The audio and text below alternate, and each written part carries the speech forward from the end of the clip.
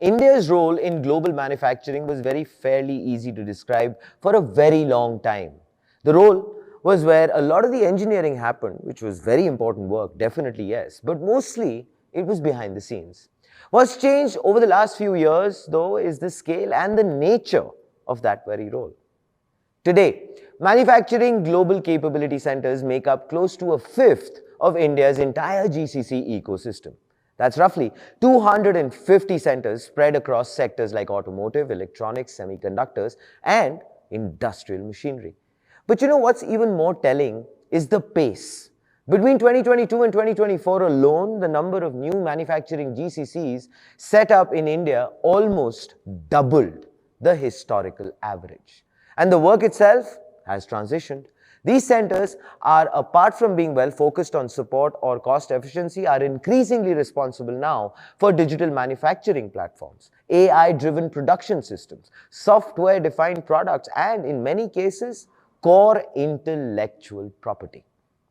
In other words, India is helping build what the world manufactures. But more importantly, it's increasingly helping decide what gets built in the first place and how. And that very shift is what this latest report by AIM tries to capture. This is not a trend, mind you, but a structural change in how global manufacturing is now organized. And of course, joining me today is a wonderful research analyst of AIM Research who has been involved with the GCC ecosystem for more than a couple of years. He is very deeply entrenched. He understands the entire ecosystem. He's seen the growth and he can catch the nuances way better than any one of us can. And he's going to, of course, unveil what this report of his means. Big round of applause for Abhijit Adhikari. Welcome to Front Page, Abhijit. How are you doing? Thank you for the introduction. I am doing great. So, as you mentioned about the ecosystem which is evolving, particular to the manufacturing GCCs. So, if we talk about from the earlier days, from 1985, when Texas Instruments, the first manufacturing GCCs and the first GCCs which entered as a GCC in India. From that, now having almost 250 plus manufacturing GCCs. Thank you so much for setting that context though, Abhijit. Yeah, because for our viewers, that's like a wow moment. Yeah, and how this trend or growth has evolved. Like in the starting initial days from 90s to 2000, it used to move with a single digit number every year, like 9 or 8 GCCs, manufacturing specific, coming to India. But post 2020, though it was a pandemic time, a COVID time, there was no stop in manufacturing GCCs setting up their centers, R&D centers or innovation centers within India.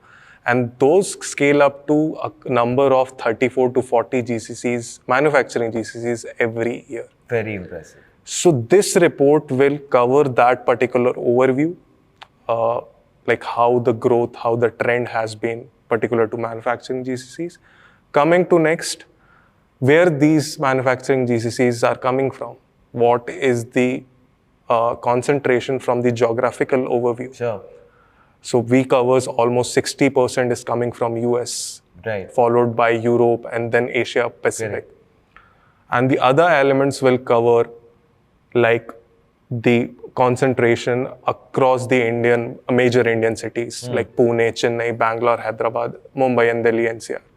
Apart from that, it also covers what is the talent concentration. I'll have to stop you for a second. Ladies and gentlemen, we are not going to give you all the details of the report because Abhijit has spent a lot of hard hours trying to put it all together. So we would of course discuss it. We would not gloss over it.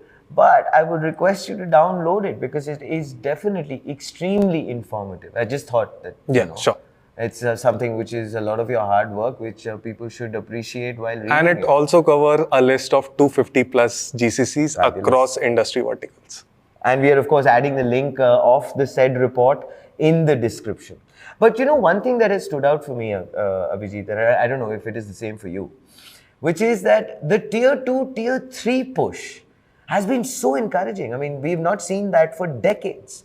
But now, over, let's say, the last couple of years, there is a very significant trust by state governments, by the policymakers, to have a very strong push in the tier 2, tier 3. So I will talk from the manufacturing part, as like our theme starting Sure. of the discussion was about manufacturing GCCs. So as you know, these manufacturing GCCs clusters, industrial clusters, are usually outside of the cities. And tier 2 cities and tier 3 cities have always these advantage in terms of engineering, supply chain, or the automation part of it. And the second part, which is these cities have a stable talent available plus lower attrition. Yes. Which is very good for long-term manufacturing projects. And the fact that it's the environment augurs wonderfully well. They don't need to leave their homes and move away. So that emotional sort of connect is there. They'd rather work longer. Am I right? Am I wrong? Yeah. So now a question will arise that our manufacturing or any GCCs are going to relocate to tier 2 or tier 3 Yes. cities. My answer will be no. Why? Because these GCCs are going to work or are working in a hub and spoke model. Sure. So tier 1 city will be the center of the leadership, the heavy R&D work, and the Spoke will orchestration be- or the architectural work. Spoke will be the tier 2 Yeah, and that's what tier I'm 3 saying. The cities, spoke which will will be tier two. cover shared services or operations things of the main GCC Understood. center. Understood. Okay, so Abhijit, that brings me, which of course is extremely encouraging, as I'd mentioned. Yeah. That, I mean, it definitely helps the overall ecosystem to flourish then, right? Which brings me to this. Chennai has forever been a champion, but if one looks at it from the fact that Pune has overtaken Chennai, which for India, in terms of the overall worldview, is fabulous for the overall ecosystem. But how do you probably interpret that?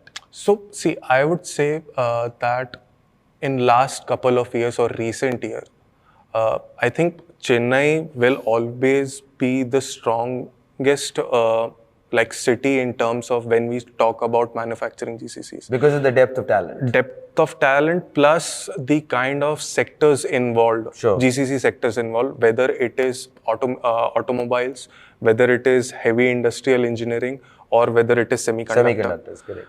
Coming to Pune in the recent years and some of the policy initiatives by the Maharashtra government has taken the growth momentum of Okay. attracting new GCCs, manufacturing GCCs, or expansion of the earlier GCCs. Sure.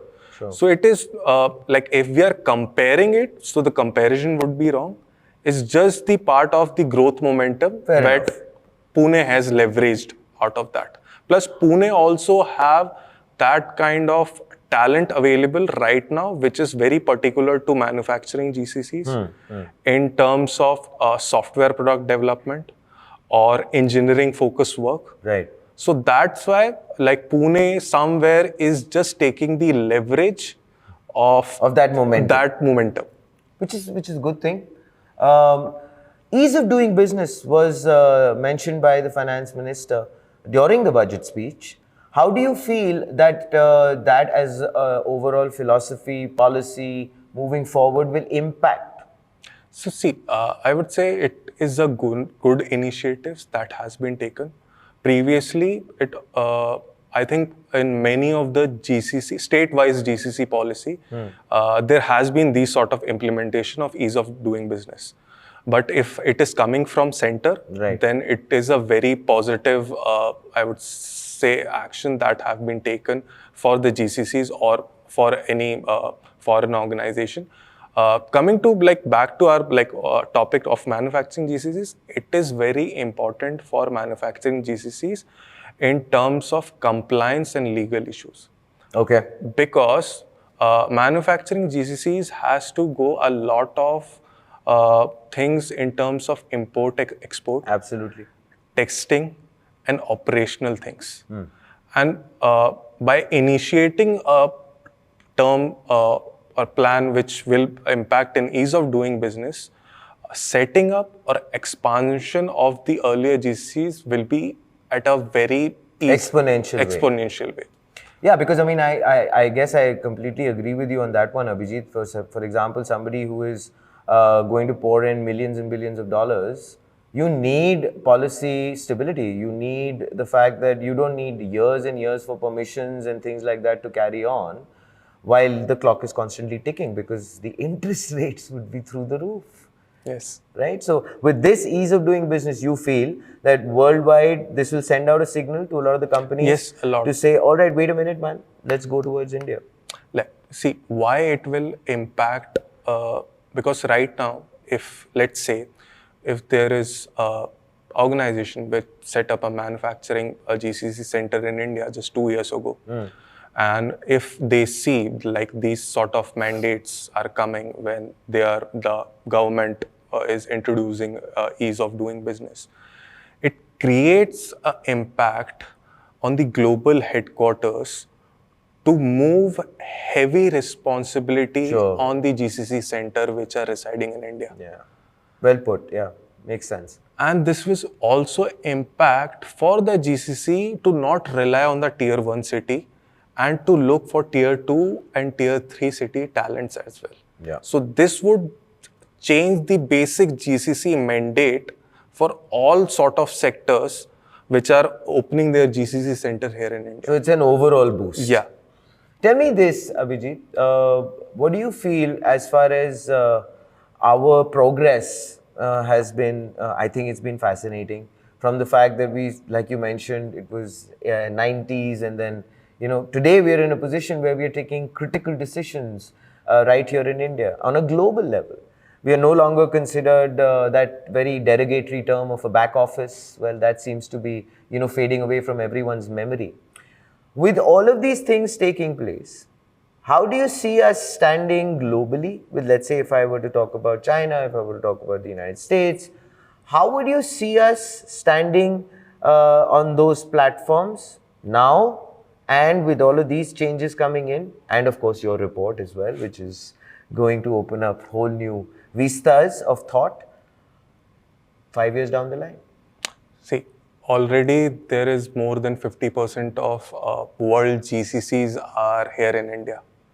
And we are almost targeting or predicting, would be the accurate word, around more than 2,000 GCCs by 2030. And almost looking at 9.9 million people in terms of employment. Yeah, employment. If I got the figure right, yeah. So I think the major role will be how the state and central government are taking up the policy and how the policies are actually working on the ground. Right. So if these are going to be on the papers, or these are going to be really happening and doing the ease of business for the GCCs. You still sound a little skeptical about it though. Yeah. Why is that? So, see, I have interacted with most of the GCC leaders. Okay. And the same question I have asked them, how these new state policies or the central policies have helped you actually. So I won't going to say but a percentage of those leaders have said these are just on the papers. Okay. Okay.